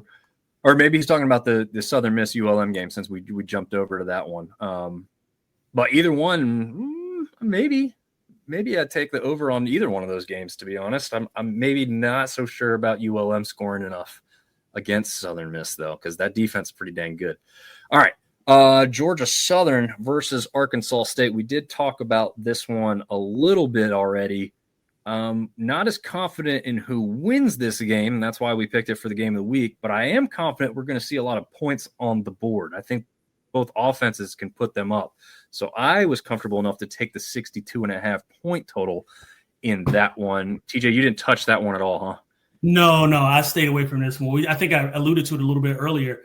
For me, I mean, it's kind of two run-of-the-mill, like, average teams. And so for me, them being average, I'm looking for, like you talked about, potentially a good game. Same thing, with the Battle of the Cats up top. I think it could be a really good game, but it's going to be a good game not because the teams are great, but because the matchup is good. Do you see what I'm saying? And so I think it'll be close. So I don't want to touch. I want to. I don't know. I don't think I want to do anything with this game. Yeah. I didn't want to touch that Arkansas State one for the spread. It just 1.5 points. Usually, if it's that close, that's reason to not touch those types of games. But the point total, maybe. Cajuns on the road against Troy. The spread in this one, Trojans by -8.5, and you like that one. Yeah, I do like Troy. Listen, Cajuns can't score the ball. They can't score. And their defense plays pretty well. But even if the defense holds you to 20 points, I don't think the Cajuns hadn't scored more than 14 points in quite a while. So I think 9 points, that's a touchdown and a field goal. I think that's very much possible. Yeah, it's a good point. So, I'm rolling with Troy. Well, they had 3 weeks ago against Marshall. They scored 54, but that was kind of when lunch came on and just had that just miracle of a finish. Right. But, yeah, you're right. The last 2 weeks, 14 or less points on both outings. So offense sputtering a little bit, which is also surprising because they have that run game that works so well. It's probably the attrition of the offensive line with the injuries. So maybe that's where some people are holding back or whatnot on what they may be capable to do there. And to go back, G. Wills was saying over on the Colton Joseph yard for rushing against App State. Thinks he's going to go over what TJ had said with that 78.5. Yeah, I think he'll have that quite easily. The only reason he wouldn't have that is if he's throwing all over the place because he's been pretty good at that this year, as well as we saw in that first half against James Madison. But Sullivan's throwing out a challenge to see if G. Will go with 399.5 yards total for Colton Joseph, or maybe he means, total yards. That's what he has. So we'll see if those two continue rolling with that. But we've gone over an hour and 45 minutes in this one. Lots of grades given out. Some made a lot of sense. Some were questionable. But all of them were a lot of fun, at least for me. Right. I'm sure TJ could say the same. For sure. Be sure to check out some, Sunbelt football on Thursday night. Their national television audience is real sickos watching 2 1-6 teams. Oh, but before we go, Destiny has a bet for us. I'm guessing it involves her team, but we'll see here in a second, TJ. What she's got up her sleeve, see if it's a scary one or something that we'd feel comfortable taking on. Give a quick shout out again while we wait on that to Don't Sleep Energy. Check them out. They've got those little energy shot bottles as well if you don't want the big can. I think I have one right here. Yeah, nice and small. Not a whole lot of calories. This one specifically is sugar-free, so there's no calories in this one. And that Phenom Elite at your local Dick's Sporting Goods. We'll have a ton of Sunbelt basketball coverage coming out for you on the website, sunbeltsyndicate.com. We are working in the background to get basketball players and coaches on for some interviews before their seasons start up. So we'll see how that goes tomorrow. And David wants to know, is tomorrow the first team to clinch not going to a bowl with a loss? Yeah, I think because South Alabama and Georgia. South Alabama doesn't have an FBS win. Yeah. So if they lose, they are definitely not going bowling. That's true. And then Georgia State's only win is also FCS. Yeah, that's right. Yeah. Let's see. Destiny says, per your own funds. For what? I don't have any funds, so that excludes me. Yeah, same here. We pulled it all into doing this for you guys, so no extra funds to be spent. That and our son's expensive. Our bets are penny bets. Yeah. Also, hockey is an expensive sport. Not cheap to get on the ice. But we'll see what transpires. That will wrap it up. Oh, read out of order. I'm trying to go back to see what she said. TJ says he's waiting on the edge of his seat for Destiny to type. Oh, this is my bet. Okay, here it comes. All right. Waiting patiently, fingers on the trigger here, typing away. See what she's going to come up with. It better be like she's going to pay for plane tickets to us to go see a game if she loses or something. That'd be great. I feel like as much as she's been on my case, the least she could do is buy me a ticket.